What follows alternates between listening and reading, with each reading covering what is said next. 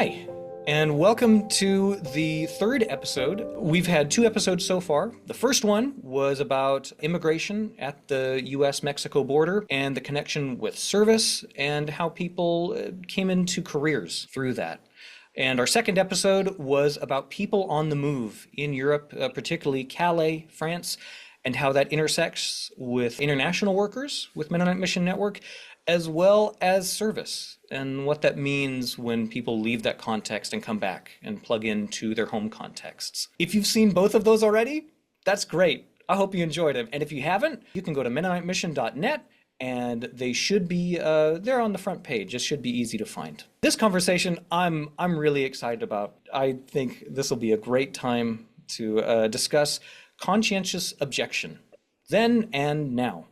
And we can go around the room, the virtual room, and introduce ourselves. I'll start. I'm Travis Duerksen. I'm a writer and multimedia content producer with Mennonite Mission Network.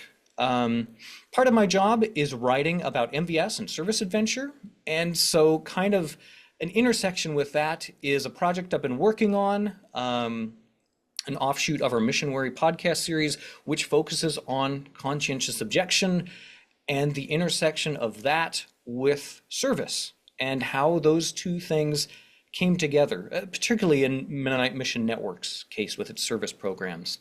So hopefully that content will be out for you to seek out here soon enough. But in the meantime, we've got a great conversation here. So Arlin and Maretta, would you be willing to start? My wife, Maretta, and she and I married in 1966, and immediately following that entered voluntary service as a 1W registrant.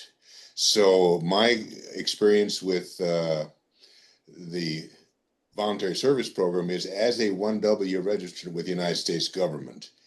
And my wife, Maretta, is from Northwest Ohio, and I'm from Marion County, Kansas. I am Marisa Smucker, the Executive Director for Mennonite Mission Network. And the intersection for me with conscientious objector is two places. One, obviously, in our work as we think about continuing to provide and work with partners in the MVS and service adventure programs. And then also just thinking back, just growing up, it was part of what we did in our MYF, in our Mennonite Youth Fellowship. I remember us talking about being conscientious objectors and actually writing letters. At that time, it was only drafting men, so I'm probably older than you think, but they were only drafting males. But, what if it gets to the point of drafting females? And so it was something we talked about and we worked at. And so that's where I remember first starting to think about it and it being a part of the Peace Church, the Mennonite Church. My name's Regina Shands Stoltzfus. I'm a professor of Peace, Justice, and Conflict Studies here at Goshen College. And one of the connections that I have to conscientious objection, which is probably a little outside of this conversation, but very adjacent, is I grew up in a Mennonite church that was planted in Cleveland, Ohio, during a period of time when lots of 1W alternative service members were coming to Cleveland. And so sort of rooted and grounded in the ethos of that mindset from the beginnings of the church, Lee Heights Community Church, that I attended most of my life. Glad to be here with you all. I'm Joanna Lawrence Shenk. I'm one of the pastors at First Mennonite Church of San Francisco. And as a part of my work, I coordinate our Mennonite Voluntary Service Program, which continues this history of conscientious objection. Although, we're not in the midst of a draft right now, it's interesting to think about how the MVS program allows young people to conscientiously object to consumerism, for example. So looking forward to talking more about that, as well as some of my other work is with Mennonite Action. I'm on their pastoral team, and with Mennonite Action, conversations have been bubbling up around war tax resistance and how that's a form of conscientious objection. Thank you. So before we get too far, I would like to just try to get viewers on the same page when we talk about conscientious objection, what that means. because at least in the project that I've been working on, it has been fascinating how talking about conscientious objection can mean very different things for people of different generations of how they interacted with that. My definition, my experience of conscientious objection is very different from someone who is 20, 30, 40 years older than me. And so, Regina, I was wondering, would you be willing to talk a little bit about conscientious objection and like the biblical and theological foundation of that, where that comes out of? Sure. For historic peace churches, which Mennonite Church USA is one among other denominations, conscientious objection is rooted in the initial impulse that became the denomination. Historic peace churches, rooted in 16th century Anabaptism, which included commitments to nonviolence, and that included commitments to refuse being a part of military service, which we know then and now for the US, not so long ago, but for many countries continuing today, compulsory military service is something that is required of citizens, often men, but in some countries, women as well. Biblical foundations for Mennonites and other Anabaptists center, but are not only found in the New Testament, in Matthew's Gospel, in the Sermon on the Mount, with the language of blessed are the peacemakers, with the language of if someone approaches you, turn the other cheek, with the message of forgive multiple times ultimately. And even in the letters of the New Testament, living at peace with others, overcoming evil with good. And so inherent in that is the idea of you are doing something, but you are responding in ways are that are consistent with an ethos of not doing harm, of not causing harm, even if one is compelled to, for instance, compelled to be part of military service. That, of course, comes from a Christocentric worldview, following Jesus' example of nonviolence, both in word and in deed, mentioned Sermon on the Mount, but that's sort of the baseline historical and continuing foundation for that. It came to as a revelation to me, and I appreciate those comments because they're right on target. But it came to my realization that the word Anabaptist is not necessarily a compliment. And society has referred to us as conscientious objectors, not necessarily as a compliment. Mhm. So to be a conscientious objector is not a theological term or a biblical term, but it is a social term. It's how society views a deviant.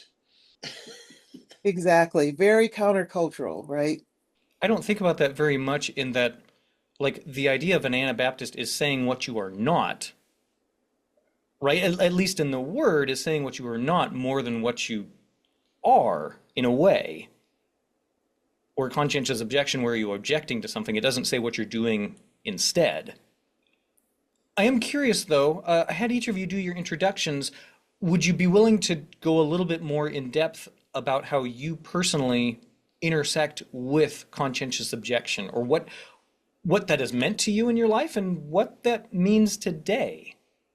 I appreciate what you said, Joanna, and I won't take over that theme of thinking about what it means to consume more than one needs. And so, in addition to my primary work as an educator, I am called upon both in terms of my commitment to my ethics and my theology, but also in the work that I do to think about peace and justice and nonviolence as a whole cloth sort of thing. And so we exist in a world that supports systems of violence in lots of different ways. And the military is one that comes to the forefront because it's so present and it's so powerful.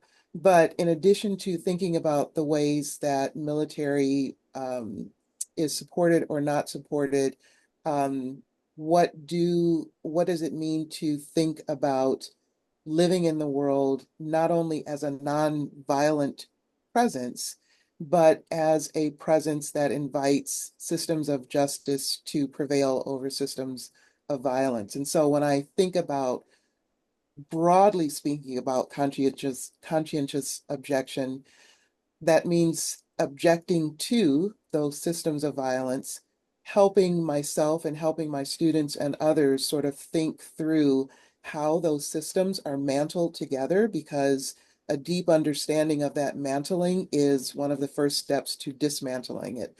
So how am I as an individual, how am I as part of a community, part of systems that are complicit in violence, whether or not I'm actively wanting the violence to happen? So that analysis of how it happens and how we are connected to it, involved with it, or even understanding it, so that we might be more equipped to take it apart, to speak into it and take it apart.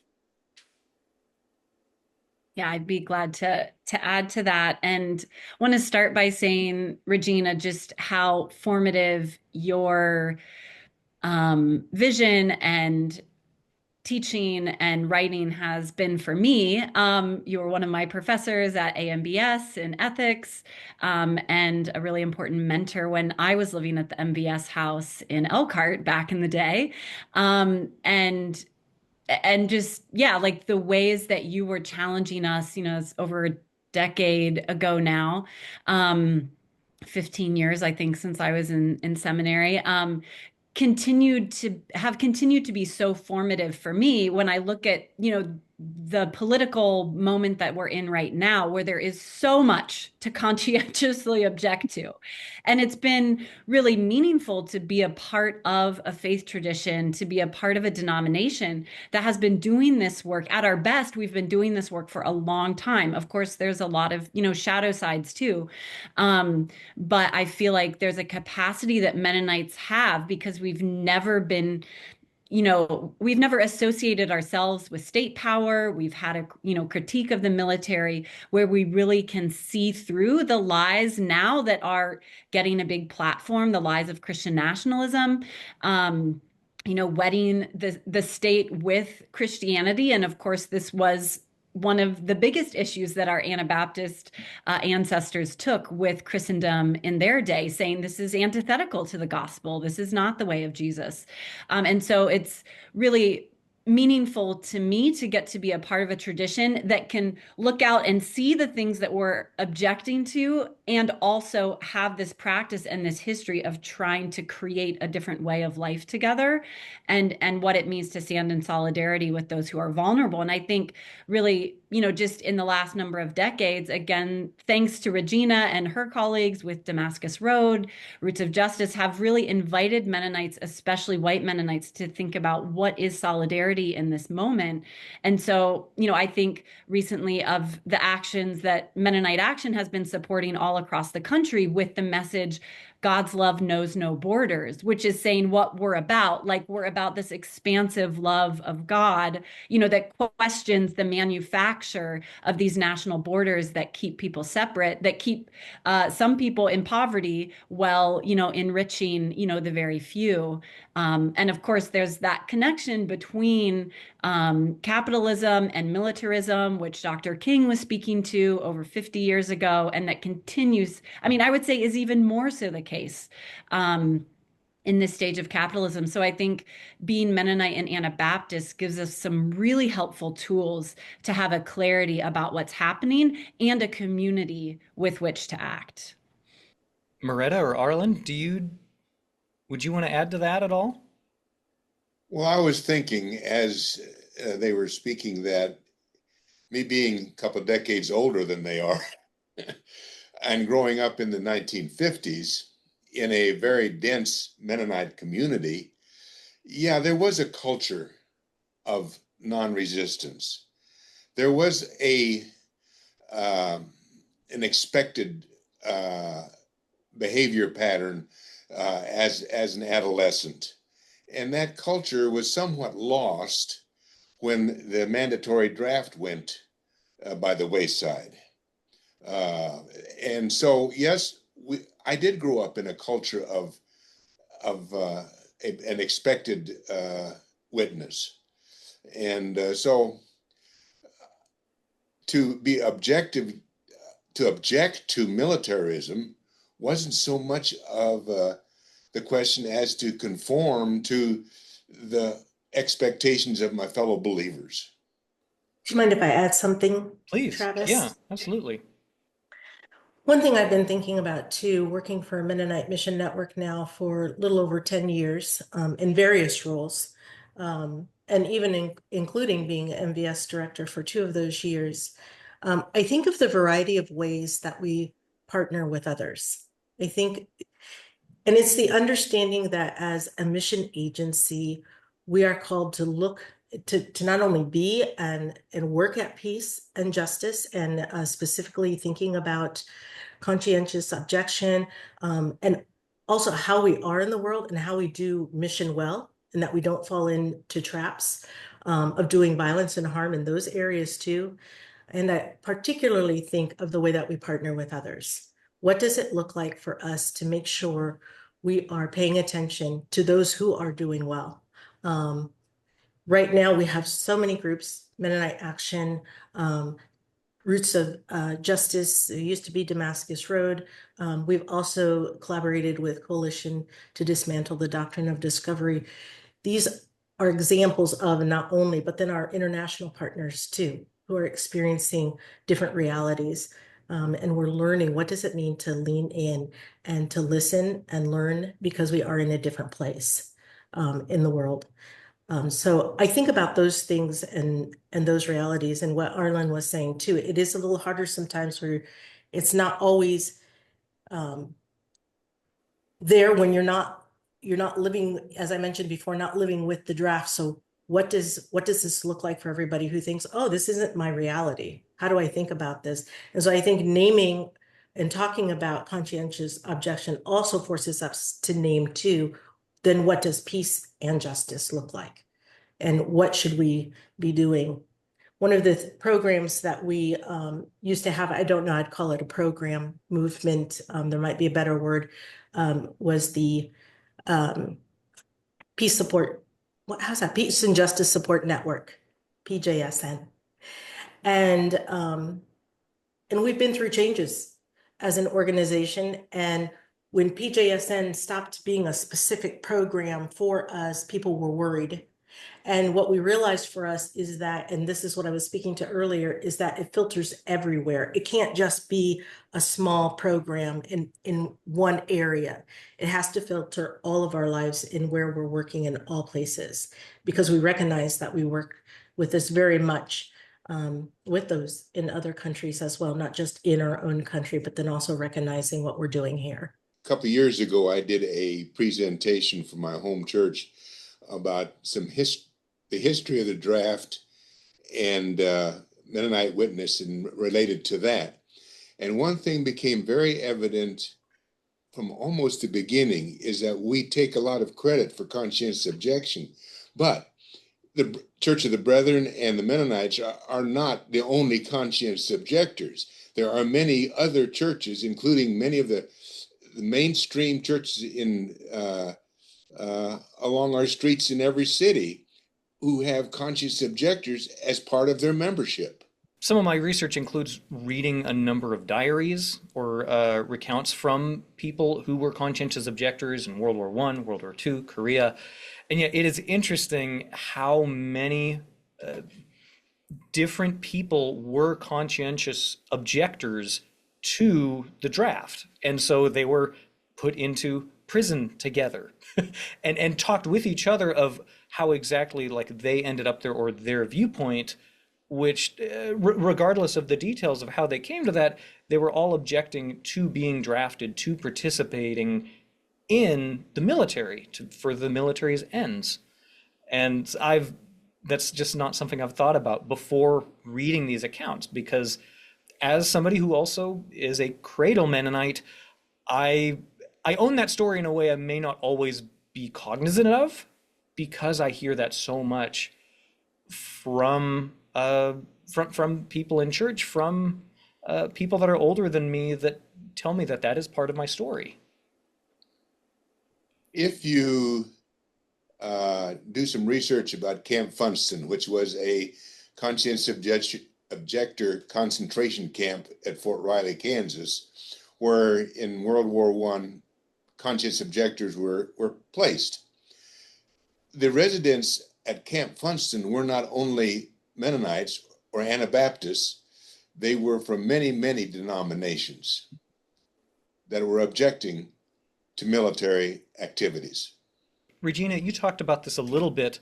Uh, I think you called it the mantling of how you interact in the world and how that's connected to the military, of what conscientious objection looks like beyond just resisting a draft, of physically like participating in the military. And I'm wondering if we could explore that a little bit, of what it means to be a conscientious objector, but still engage or potentially support the military, either in implicit or explicit ways. The thing that I think of first with that question is, how do we support people who have been impacted by warfare? And that includes soldiers and their families. It does not exclusively include them. There's, the fingerprints of warmongering and violence extend far and wide. But we are, as was mentioned a little bit earlier, we're at the end of our semester here. And I have had final classes with my students, and in a couple of the classes, thinking about PTSD and the reverberating effects of that in so many ways for people who have experienced trauma. And of course, PTSD diagnosis comes to us primarily from observations of what happened to soldiers after experiencing the trauma of being in war, the trauma of being harmed, of seeing their friends killed, of killing other people, and further research on PTSD and trauma has shown us that PTSD comes from lots of different places. But to your question, one of the first things I think of is, how do we care for people, particularly if we are part of communities that are objecting to war, consciously objecting to war, consciously objecting to participating, to paying for it, to supporting it. But how do we care for those who have made different choices and ultimately have been harmed by those choices?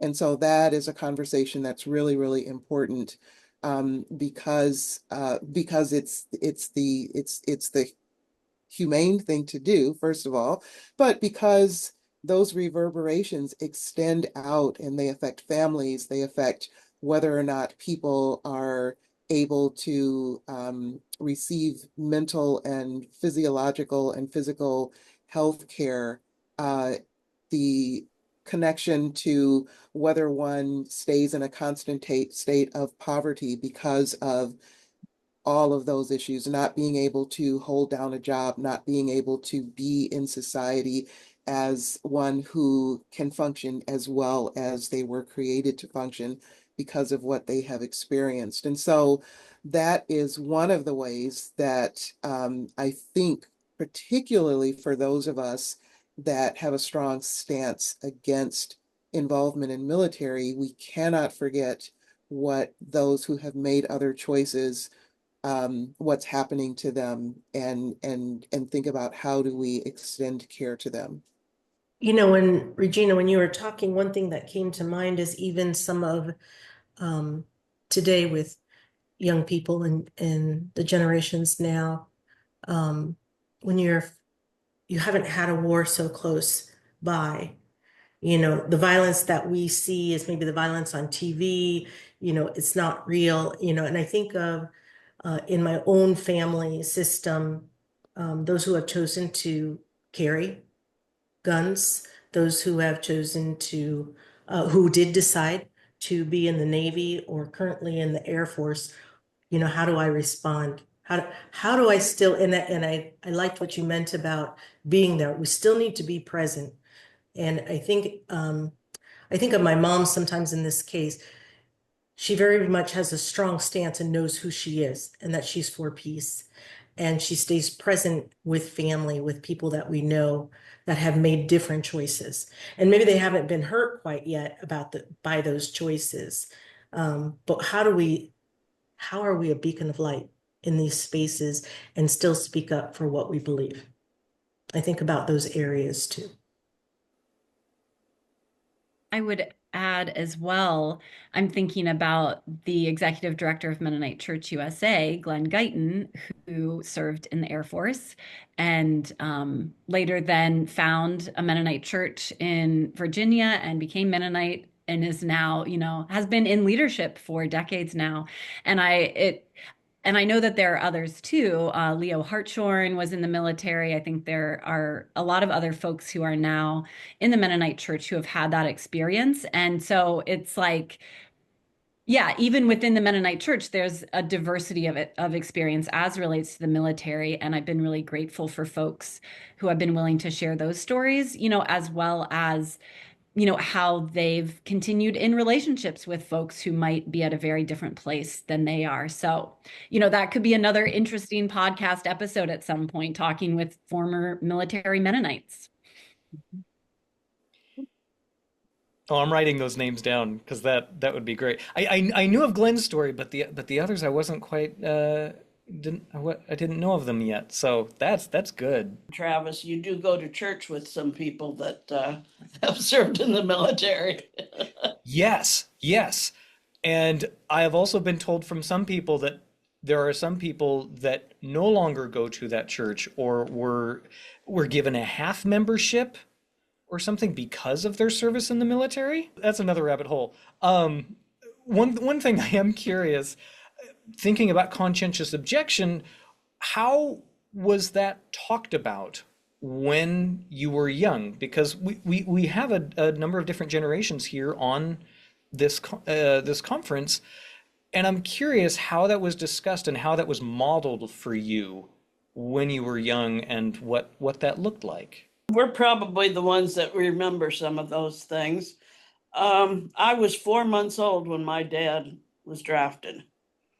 So, I mean, he left and went into CPS when I was 4 months old. So I grew up hearing all about the experiences, seeing his photo album, and it's just been a part of my life. So it came pretty naturally later on that the rest of us knew how we were going to be. Both of my grandparents have done extensive service, although neither of them were completely as an alternative service. Theirs was more out of personal choice. But I suspect that Regina is from the church that my grandfather built. He went from Northwest Ohio to Cleveland area to build the Lee Heights Church. And I don't know what the arrangements were financially or otherwise, but it was just something that he was called to do. Mm-hmm. My other grandfather was a seagoing cowboy, which also is before the time of most of the other people talking.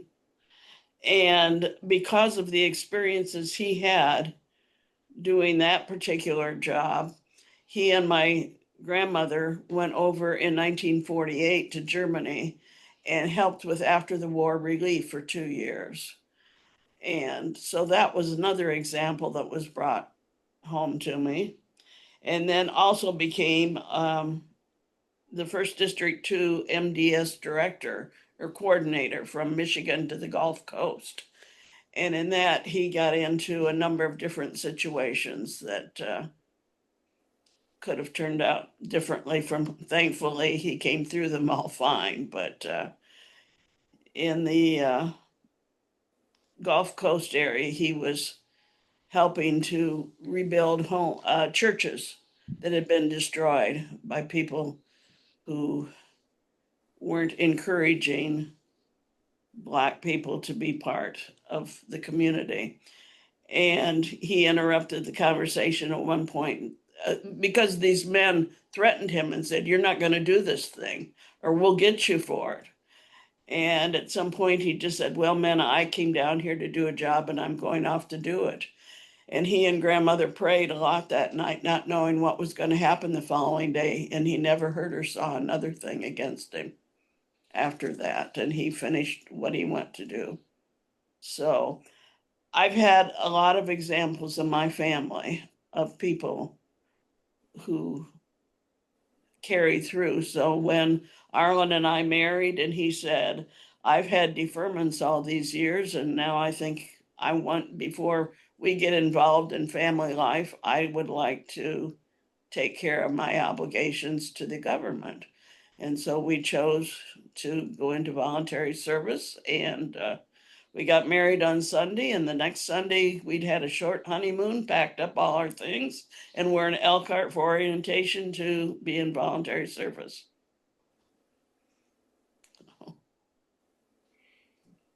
Wow. So I want to come back to everybody else's experience about conscientious objection and how that was modeled. Arlin and Maretta, this seems like a pretty natural segue into exploring what your experience as conscientious objectors, what your service was like. Our assignment was to be tutors at Frontier Boys Village. The Boys Village was commissioned to accept juvenile delinquent boys from basically the Denver area or the Colorado area. However, we did have some from other states also. But they were boys who could not function in society. And approximately half of them were not trustworthy enough to be sent to public school. So about half of our village population went to public school, and about half of it was in our tutoring program, which Maretta had the primary age and I had the secondary age of the students. And then I also had the shop and crafts program, which was an elective thing that the boys could do, in which they were very heavily involved in. That was part of their therapy. But our assignment was to Frontier Boys Village for 2 years. And at those 2 years, working in a classroom setting with boys who have significant issues, whether they be emotional or behavioral or family conflict or whatever it happened to be, really shaped how the rest of our teaching career went. It was one of the most valuable experiences we could ever have anticipated. Then you both continued to be educators, correct? Well, we went from our voluntary service assignment, which was, as I said, was my 1W commitment. We went to graduate school. And after graduate school, we took jobs in a public school. And that was, my career was in the public school education. And Maretta did for several years until we had family. And then she was a mother at home until the family went to college. I'm looking forward to kind of circling back and talking a little bit about some more of those specifics in the rest of the questions. But now I'd like to hear from everybody else. What was your experience with conscientious objection when you were younger? How was that modeled for you by people around you? What was that experience like? When I think about how it was modeled for me as a child, my primary memory is it being more of an implicit rather than explicit message. It was, so our church was from its foundation planted as an interracial church. The founding members knew and understood that. And I grew up in this sort of hybrid Anabaptist community where some people were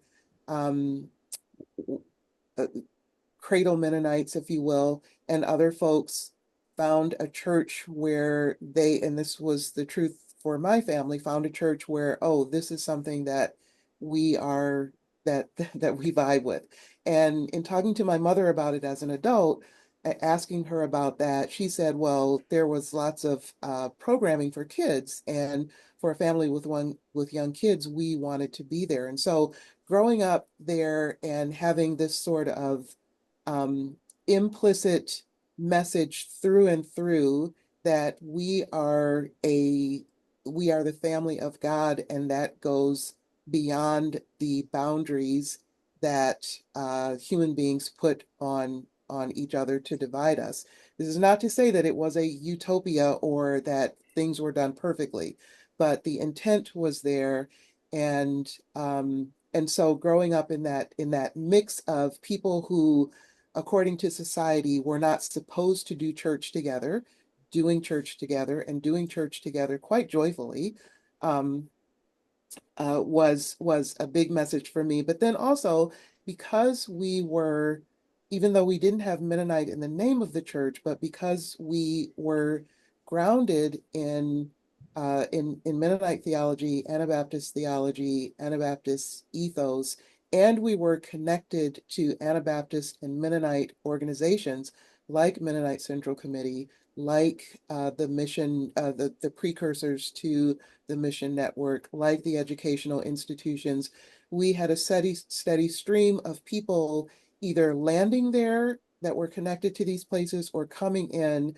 And so I grew up knowing about the ways in which my faith community was connected to people around the globe, was connected to conversations about poverty, conversations about violence, and what we as members of each other and members of God's family should be knowing and doing about that. So there was a lot of implicit, this is who we are messaging that I just grew up steeped in and understood more about the, what you call it and what it looks like and what the possibilities are once I got older and became connected myself with some of those organizations. I grew up in a Ohio Mennonite Conference church, and my dad was a pastor there. And he was and is a pacifist. And so I just assumed that all Christians were. It wasn't even to me a particularly Mennonite thing because our church wasn't even particularly Mennonite. There were a few Mennonite families, but it was folks from the local community, maybe some who had been a part of other churches or were new to church. And I just thought, well, it's what the Bible says, you love your enemies. And when my oldest sister went to college, she went to an evangelical college, not a Mennonite college. And not that they're mutually exclusive, but this was not a Mennonite college. And she was like, yeah, people here aren't pacifist. And I was like, what? Like, who are these Christians? Like I need to debate them or something because that doesn't make any sense. It's like I had no idea that, the world was not pacifist. I just thought that was what all Christians would be. So that was a part of my formation, including stories that I heard from my grandparents. Both of my grandfathers were of the age to be drafted. And one of my grandfathers was in seminary at the time, so he got an exemption. And the other one, he lived in Norristown, Pennsylvania. He grew up there at a mission church. His last name is Hertzler. And there were very few Mennonites in that area. And so when he went before the draft board, he was one of very few conscientious objectors that they were kind of receiving. And the way that the story is told is that he was, in some state of like having to, like, they were doing the medical examination. He had to take off all of his clothes, and he was like before the draft board, of course, a very like humiliating kind of experience. And he said something to the effect of like, my relationship with God, my understanding of the Bible, as a Mennonite, does not allow me to participate in the military. And the response from the draft board was, well, who are we to disagree with God? And they granted him conscientious objector status. And then he ended up working within the mental health. I mean, they weren't really mental health institutions at that time, but the asylums where folks with mental issues were being held. And although I'm not sure how much he was a part of the movement among Mennonites, he was one of the Mennonites that was really, I think, awakened to the injustice that was happening to people with mental illness in our country. That was a part of then the reforming of that whole institutional structure following the war. So those were a few of the ways that conscientious objection and like pacifism came up for me as a child. Yeah, just thinking for myself. So I grew up attending Belmont Mennonite Church, which is a church plant of Prairie Street Mennonite Church. And so being a church plant was specifically to be for the neighborhood, the Belmont neighborhood where we've been at. And that's been a key component of who we are, even though we've become more of a commuter church, more people living outside of Elkhart, mostly in Goshen for various reasons, and still committed to the community where the church is at. And so growing up, just to note too, for those who don't know, I'm adopted. I was adopted when I was 19 months old from Costa Rica. So parents who lived out service, they did 5 months of voluntary service, at which point I was part of the coming back with them from that time. And so having a sense of caring for others, caring for your neighbor, is what I think of. And then also hearing stories, some from my dad of his 1W service as well. And then, as I mentioned before in the beginning, in my intro, very much a part of our Mennonite Youth Fellowship, and being just blatantly talking and hearing from others. I remember we'd also have like other adults come in and speak to our class, maybe about their experience or why they're a conscientious objector.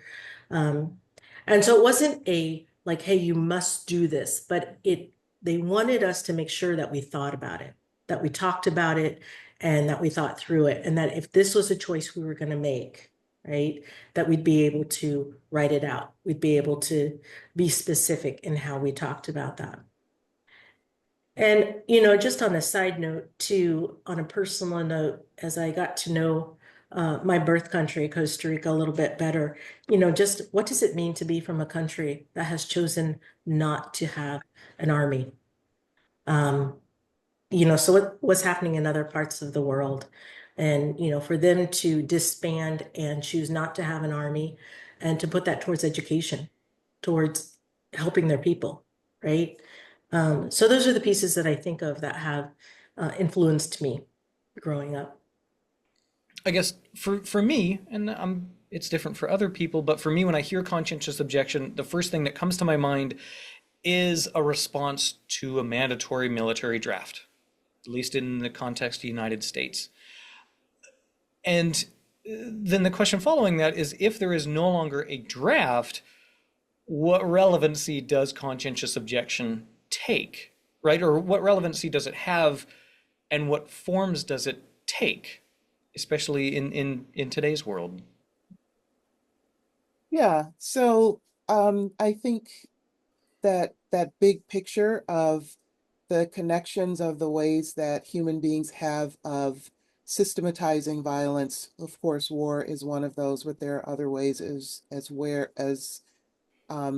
also. And one of the areas that I have spent a lot of my time and work in, as Joanna mentioned at the beginning of the call, is anti-racism work, right? And so, and this is a really good example, I think, of the ways in which our socialization as to how we think about who we are and how we think about others are, the contextualizing histories that have shaped our communities and have told us who the other is and who we are, have set up hierarchies of humanity, and really compels us to be engaged in that in lots of different ways, to create legislation that says, here's who can go to school here, and here's who, well, it's actually illegal for you to be educated. And to think about the ways in which our society, in lots of different ways, compels us to participate in that. And participation can be as low level as, I'm not going to reject it. I'm not going to push against it. I'm not going to argue with that system. I'm just going to try to sit here in my corner and be quiet. And so one of my answers to that question is raising awareness about the connections of those kinds of systemic violences in our day-to-day lives, being educated about that, and then becoming building the capacity to work against it, to object to systems that say there are differing levels of humanity, and we're going to decide how people should be treated based on what level of humanity they are assigned, whether it's because of their race, because of their ethnicity, because of their gender. And that is, we are so steeped in so many messages around those issues of identity and how people deserve to be treated, deserve to be excluded or admitted into institutions because of those identities, and pushing against that, working against that, and talking about it, so that normalizing conversations around it, right? So many generations of people have been told, oh, we don't talk about that because it just gets everyone upset and bothered and feel weird and gross. Well, that's one of the ways that we continue to be complicit in it, because we don't know how to talk about it. And so one of the things that I'm really just convinced that we need language, we need common language, and we need to constantly be building capacity to know how to talk about these things in order to know how to dismantle them and work against them. Another angle of that question in terms of how do we engage in conscientious objection today when we're not being drafted. The reality is our money is being drafted, and the way that the military functions, I think now, as opposed to like when my grandfathers were drafted, is that there's so much technology like drones and bombs and missiles and things that don't actually require human bodies or very many human bodies to execute. And so our money is super necessary for the military industrial complex to keep doing what it's doing. And within my congregation, this conversation became really pressing in the last year, as we look at how our tax dollars are directly funding the genocide of people in Gaza, and realizing that at the same time, like the US military has been perpetuating violence all around the world for decades. Like this isn't anything new. And it's really direct in this moment because we know if the United States stopped funding the Israeli military, they couldn't continue what's happening in Gaza right now. It wouldn't be possible. So how do we, as Mennonites, as people who say we're pacifist and conscientious objectors, how do we deal with that cognitive dissonance of like, I'm actually funding that right now by paying my taxes? And one of the gifts, again, of our tradition is that there have always been some people, and I think more people during the Vietnam War, but there's always been some people that have made choices in their life to resist paying for military. Some folks have lived below the taxable income line for their entire lives because of that commitment. A lot of our service programs allow people to live below the taxable income line. So we're empowering them to be conscientious objectors. And then there are many folks who have just refused to pay a certain percentage of their income and have been clear with the IRS about why they're doing that. And in this moment, there is this growing question, and I think invitation to Mennonites to say, how could this be an opportunity for mass mobilization of Mennonites, but even many more people to say until, the barbarity ceases, in Gaza, but in other places too, until, it's not 70% on every dollar that's going to some sort of like military venture. We're not going to be paying those taxes. And of course, there's a lot of complicated conversations about how the government chooses to use our money if we send them anything. I mean, there's a lot of depth that we could go into about that choice to not pay taxes. But, if there were thousands, or hundreds of thousands of Americans that were saying, we're just going to object in this way until the federal budget is actually meeting the needs of people and not killing people explicitly or implicitly by the defunding of all kinds of programs that we desperately need, in this country specifically, but also as it relates to the rest of the world. I mean, that really could be powerful. And I think that Mennonites and other historic peace churches who have this history of conscientious objection and war tax resistance could really be leading the way, to be a moral voice and a group that's saying, we've been doing this for generations, and we want to invite more people into this in this moment where it's really critical that we call our government to account for not representing our interests as taxpayers. Joanna, I appreciate some of the examples you gave of a way to object in a concrete way. Because I think for me at least, sometimes it's easy to fall kind of down this rabbit hole of, it seems like, well, just by existing legally, by paying my taxes, by operating in this world, like I am supporting things I don't believe in and I am morally opposed to, and I also benefit from. I appreciate having cheap gas, and there's a reason why it is cheap, right? And that enables me to live in the way I do. And sometimes it's easy to fall down that rabbit hole of, it seems like even just existing and participating in this society, like, enables that to continue. I'm curious if others, want to weigh in. I just wanted to respond to that last question that you raised to say, I think asking those questions in community is a part of our discipleship, like our collective discipleship in this moment, because I don't think there's a necessarily one size fits all answer, but I think within like our tradition, within our understanding of the Bible, within our theology, we have some starting points to answer that question, that Mennonites and others have been wrestling with for a long time. So I think, I hope that more and more congregations are having these conversations to say, what does faithful discipleship look like for us in this moment? And what are the risks that we're willing to take and that we can be equipped to take as a community that maybe as an individual doesn't feel as possible? Joanna, when you were talking about community, that's what I started to think about. And I was thinking about, so Mennonite voluntary service, right? Its main coming out is with being an alternative service. And then through the years, right, you grow and you have over 100 some service units between Canada and the US. And then we've just shrunk over the years.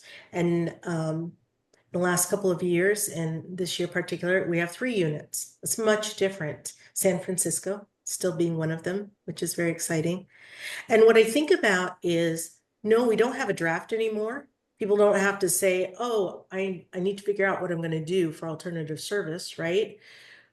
But we have communities that are committed, right, to serving in their community in a way. And so when we say to young people who are ready to say, hey, I want to go and do a year of service, what does this look like? It's more than just doing something because it's what you studied or, like an internship. But these communities where they're at, these are people that have been grappling with societal issues, especially like this one, thinking about how we're treating people, how we're treating our neighbors, thinking about what's our place in the world, not just here in the US, but with our international neighbors as well, specifically, as you mentioned, with Palestinians in Gaza, but other places in the world too. And so our community isn't just about the church we grow up in, the school community we have, the family community, but where are our networks of community? And that's what I think about, that mission network can play a role, right? Where do we continue? So some do lament, there's just not enough MVS units. Well, maybe there are for now, and maybe there'll be a need for more later. But I think our commitment is so important now with what we do have. And I'm super glad that we still have MVS and Service Adventure and churches and communities committed to that. Because when they take that on, they're not just bringing people in to, help do service, but they are inputting and discipling the young people that join.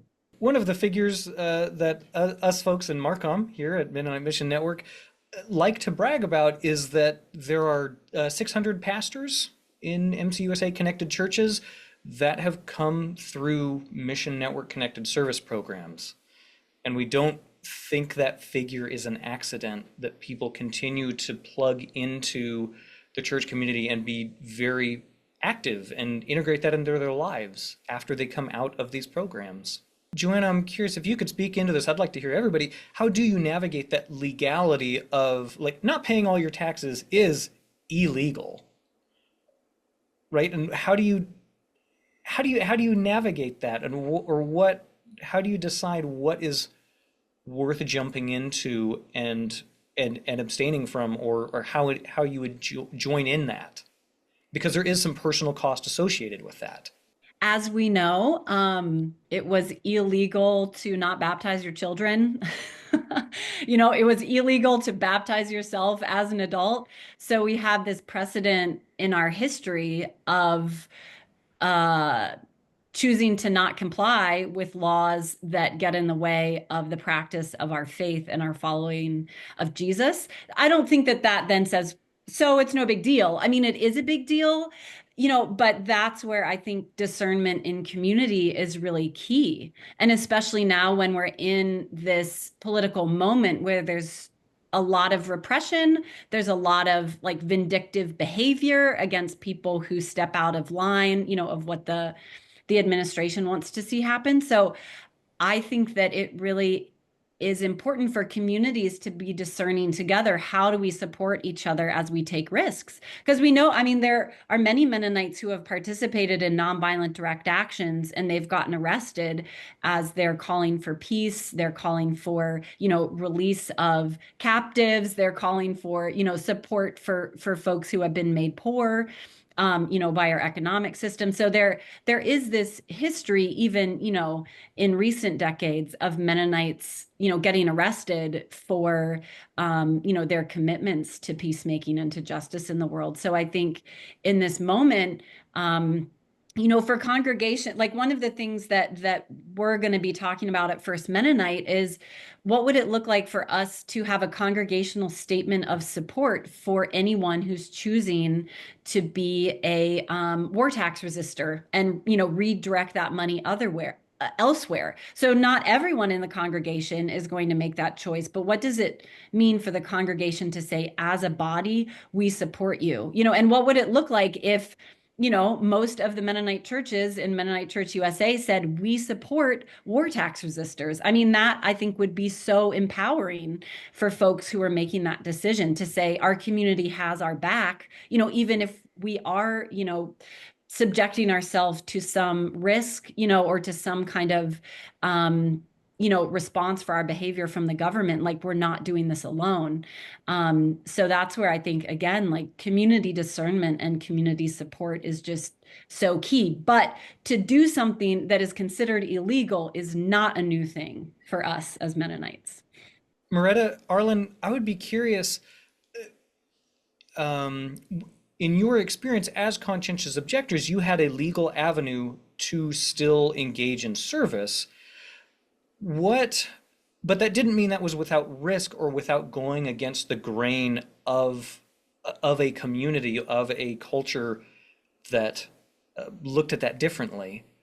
What was your experience like that? Or can you talk a little bit about how that experience was for other people that might have been around your age when that happened? I alluded earlier to the fact that there's a long history, 100-year history of resisting the military actions in this country, and starting with the World War I and those conscientious objectors and the consequences of their imprisonment and the like. And of course, that was part of the witness that shaped my thinking as I grew up, 30, 40 years later. Actually, our service was, it made us happy. We enjoyed what we did.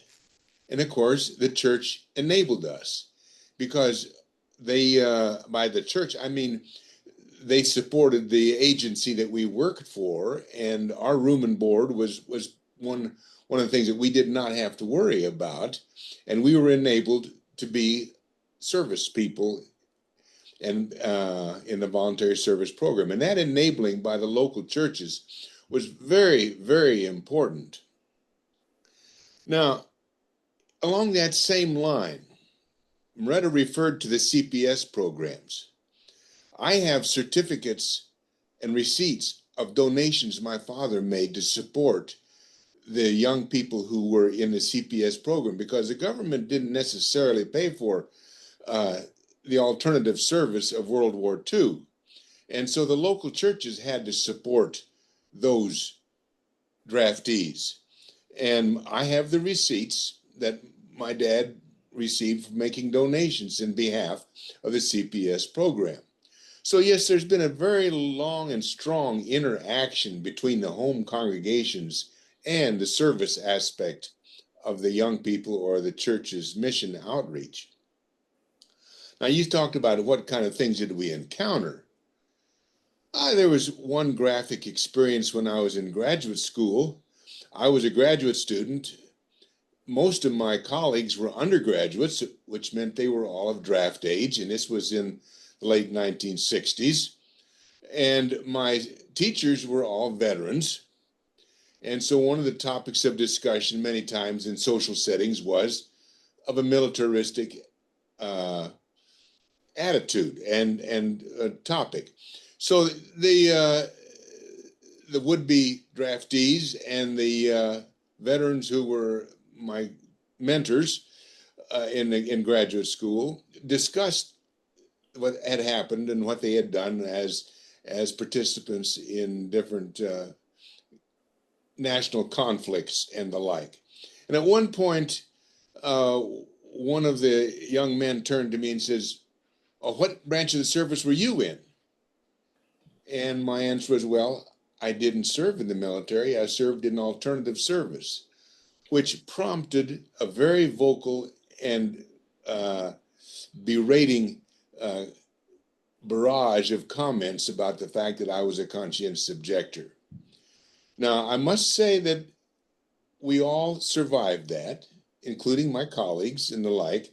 But there was a certain attitude that when they found out that I was not a GI, that I had not served in the military, that set me apart or out of the immediate circle of conversation.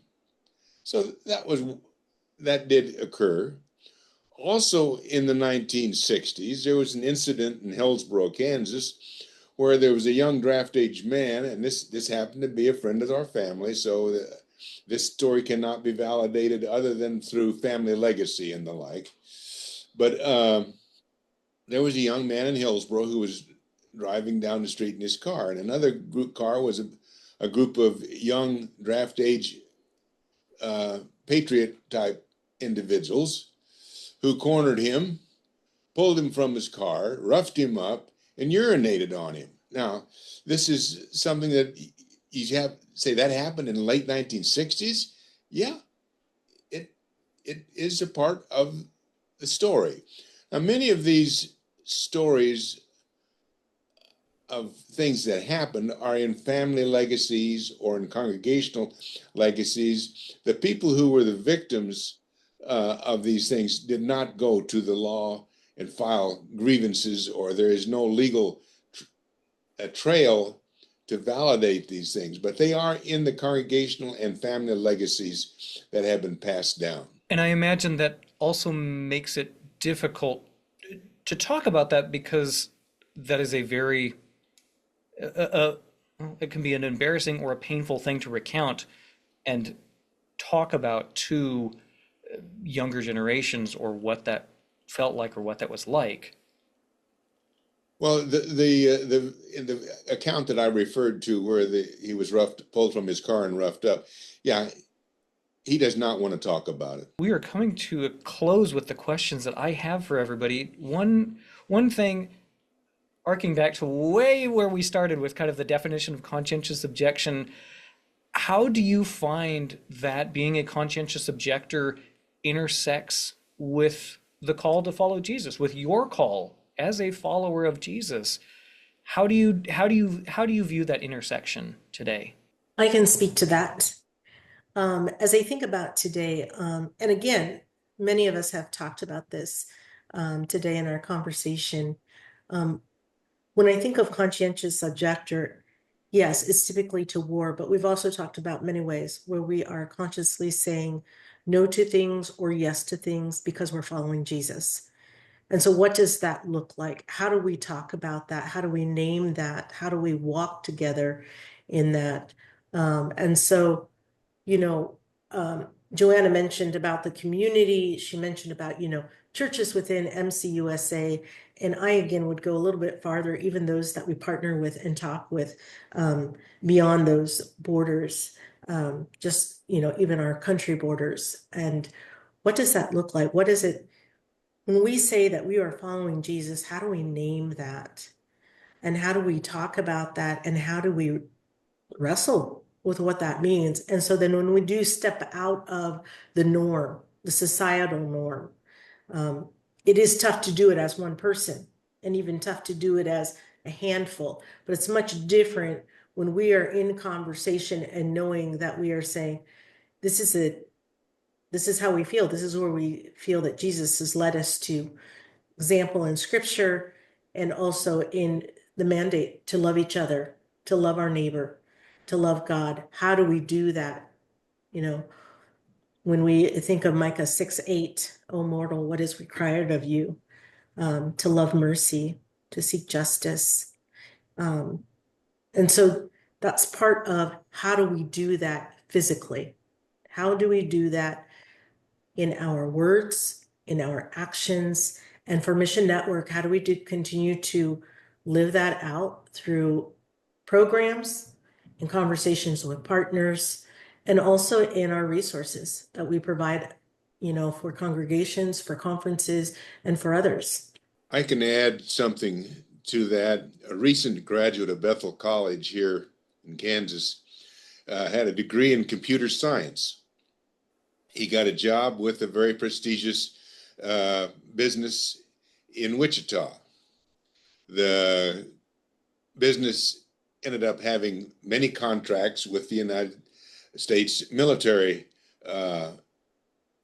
organizations and the companies that built aircraft for the United States military. He chose to terminate his job with this firm in Wichita and has taken another position where he is not called upon to be in that realm of the business. That to me was a graphic example of he taking to heart the culture that he grew up in. And that also affects, his employment, the amount of money he has to operate in the culture around him. So that feels like that's something that also directly impacts his bottom line, as it were. Marisa, I really liked how you talked about wrestling with that call to follow Jesus and kind of not leaving it set in stone, or be able to determine that we figured it out and we don't have to address it again. I know for me, I think about that a lot as turning over that call and re-examining it isn't a sign that I don't believe in it, but it's a sign that I'm willing to try to re-examine it and be better at it. To not just set it aside on a shelf of like, all right, I figured this out. I know how I'm doing conscientious objection in my life, and I can be done with it. I've checked it off, I put it on the shelf. But to be working at it constantly means I will be getting better at it. Or at the very least, I will approach it in a different way that hopefully gets closer to the call that Jesus gave us. I think one of the things too that I think about is this being 500 years of Anabaptism, and the Anabaptist Community Bible just came out. And so part of what's different about this Bible, they're using the Common English Bible Translation, which is known to many people.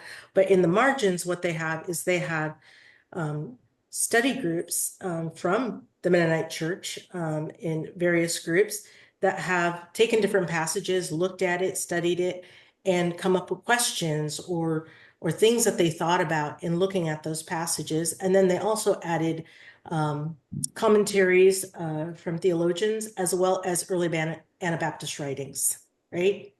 And so that in itself is a conversation.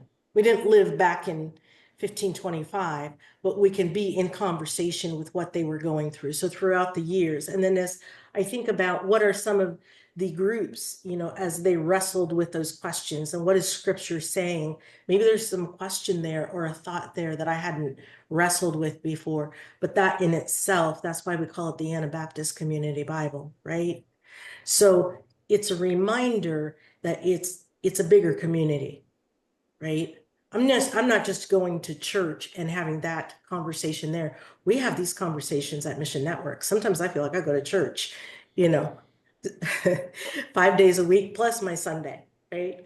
But this is what's important. And then when I, come into contact with other groups like Mennonite Action, like the Coalition to Dismantle the Doctrine of Discovery, like Roots of Justice, and there are more, right?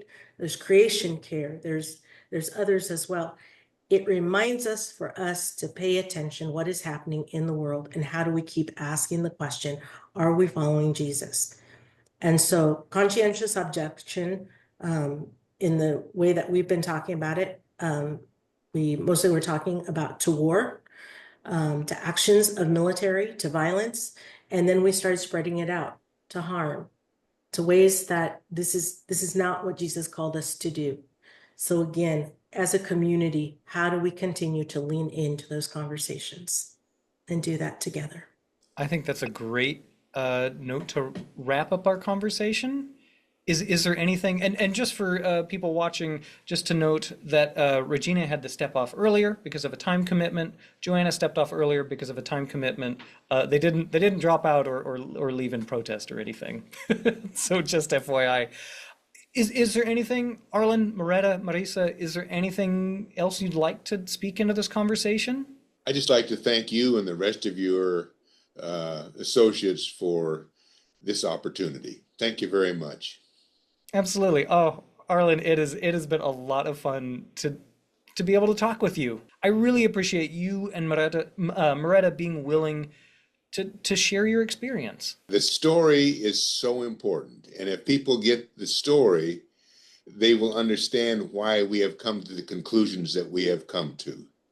So educating everyone is such an important ingredient in the witness. And that's coming from a teacher, so. Arlin, I had a donor come to me one time at the last convention and say to me, we need you to come to our congregation and talk to our people to do service. And I looked at the donor and I said, and he talked about his own story of service and how much it meant to him. And I looked at him and I said, but you are that story. You're the one that lived it. You have the relationship with the young people in your church. I think your story is the one they need to hear. And so you and Maretta being able to speak now, but also continuing to share your story with young people and just be in that intergenerational space makes a huge difference. Thank you. And I would say to the people watching this video, if you're interested in some of the stuff we talked about, we have links to get more information in the description of this video, as well as an article that should follow this video on Mission Network's website. So just scroll down a little bit and you'll find more information of how to plug in yourself. So thank you all very much.